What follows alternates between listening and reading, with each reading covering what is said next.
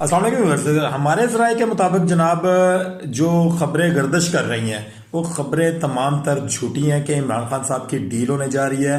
Establishment के साथ इमरान खान साहब की कुछ मुलाकातें हुई हैं और जेल के अंदर जो उनकी मुलाकातें हुई हैं उसके रिगार्डिंग जनाब आपको बताएं कि ऐसी कोई बात नहीं है। इमरान खान साहब चूंकि अपने मौकफ से पीछे नहीं हट रहे हैं और इस्टेब्लिशमेंट अपने मौकफ से पीछे नहीं हट रही।